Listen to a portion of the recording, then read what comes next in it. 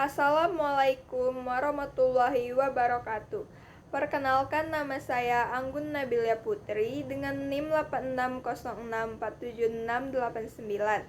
Saya dari Universitas Terbuka Palembang, Salut Kota Agung, dari Fakultas Keguruan dan Ilmu Pendidikan Prodi PGSD. Pada video ini saya akan menjelaskan peran penting ontologi, epistemologi, aksiologi dalam membentuk dasar-dasar ilmu filsafat.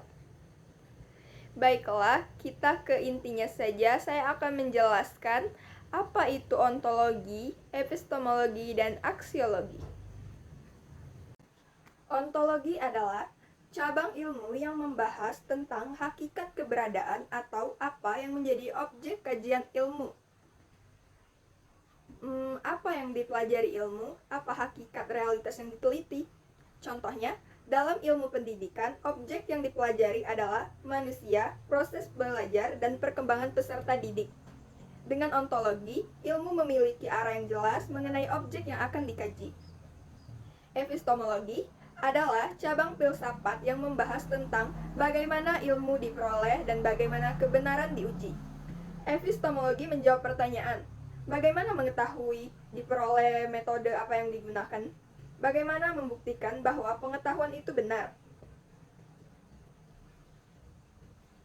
Melalui observasi, penelitian, eksperimen, dan analisis, contohnya, seorang guru melakukan penelitian untuk mengetahui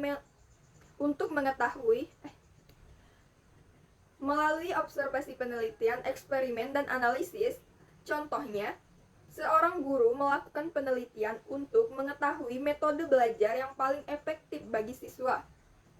Jadi, epistemologi berperan sebagai dasar metode ilmiah dalam memperoleh pengetahuan yang benar dan dapat dipercaya.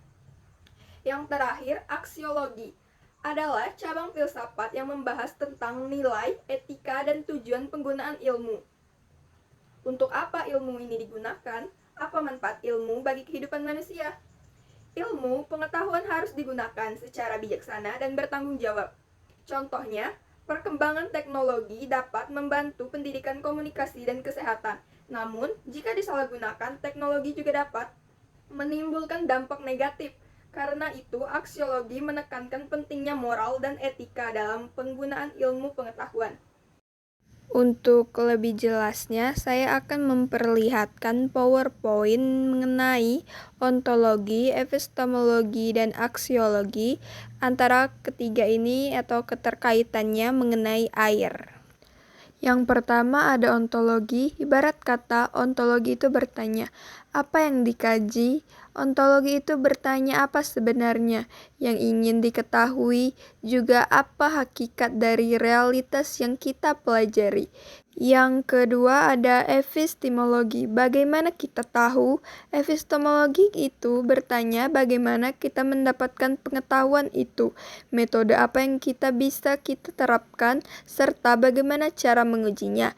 Terakhir, aksiologi. Untuk apa sih ilmu tersebut? Untuk apa ilmu itu digunakan? Nilai moral apa yang melekat? Etika apa yang harus dijaga?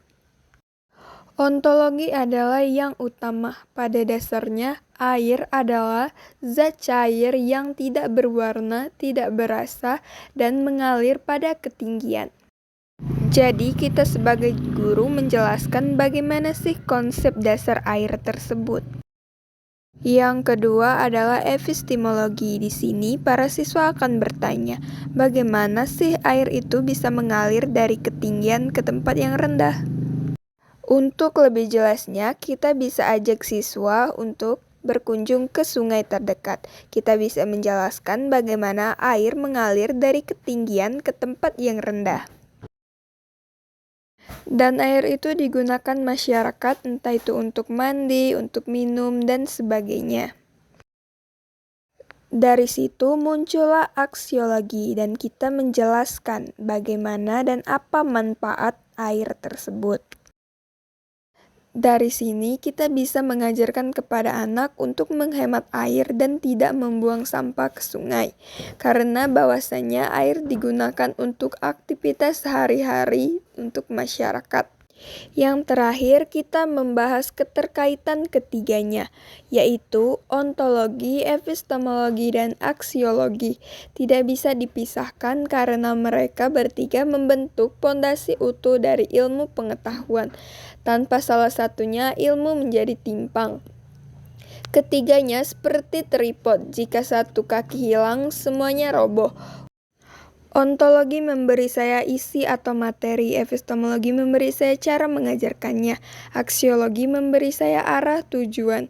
Saya tidak bisa mengajarkan gravitasi hanya dengan ceramah, epistemologi salah, atau hanya fakta tanpa nilai, aksiologi hilang. Sebagai guru SD, saya harus mengajarkan ilmu yang benar dengan cara yang tepat untuk tujuan yang baik. Terima kasih telah menyimak PowerPoint dari saya. Sekian presentasi dari saya. Wassalamualaikum warahmatullahi wabarakatuh.